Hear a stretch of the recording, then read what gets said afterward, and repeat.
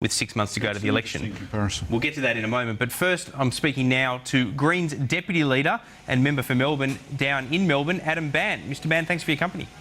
Evening, Peter. I just wanted to start by asking you, after everything that's happened with the Labor Party, they've still got your support, even though the alliance, if you want to call it that, has been broken. What would it actually take for you not to support the confidence of the Labor government?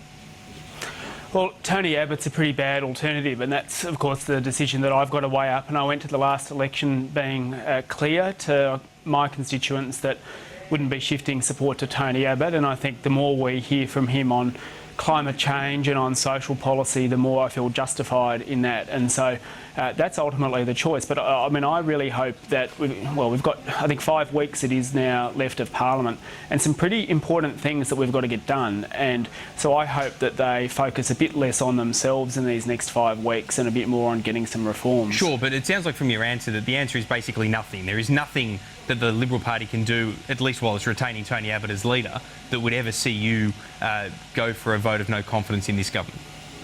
Well, look, we made it clear from the beginning that we wouldn't support motions of no confidence that were moved by other people, and that still remains the case. But I guess what I'm wondering, though, is forget being moved by Abbott as part of his tactic, which it clearly is. I mean on behalf of the Greens, because whether it's issues around 457 visas, whether it's a difference of opinion on asylum seekers, or indeed the Labor Party policy towards single parents, which is even causing ructions within its own party, there's a lot of differences with the Greens that weren't there, quite frankly, before the 2010 election.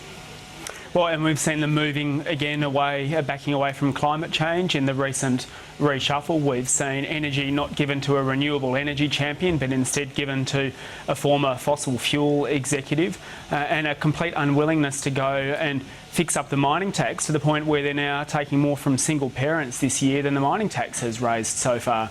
But then we look across the aisle and we see Tony Abbott, who doesn't want a mining tax at all, would probably be worse for single parents and still doesn't believe that climate change is real. So, I mean, that's the stark choice that we're faced with at the moment. We don't have an opposition leader who believes in climate change or taking action on it. But by not forcing an election early, I guess is partly what I'm getting at. What you're doing, in essence, is you're making the point that you don't think Labor can win, because you're worried that if you were to oppose this government that you prop up as a minority government, despite all these issues, including some of the ones that you just added into the mix, the issue is that you're worried that when election time comes, and if it came sooner rather than later, it would deliver an Abbott Prime Ministership, presumably.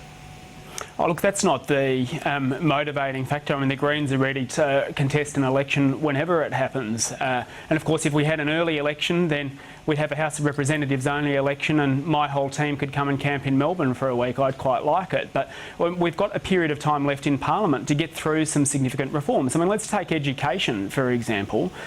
When a child who was in grade 1 when Kevin Rudd was Prime Minister it was just finished. Primary school, all under John Howard's unfair funding model, and the government has dragged its heels and dragged its heels. Now I want to see that reform through and get more money into public schools before the end of this financial year, and that's one of the key reasons that we want this Parliament to continue the full term, so we can get some things done and hopefully, as the government understands the real impact of caving into the miners, fix the mining tax.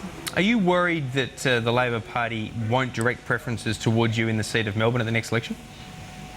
I know I'm not worried. That's a matter for them. We're in a position where... But if they don't, it'll be very hard for you to win. Sorry, the Liberal Party, I mean.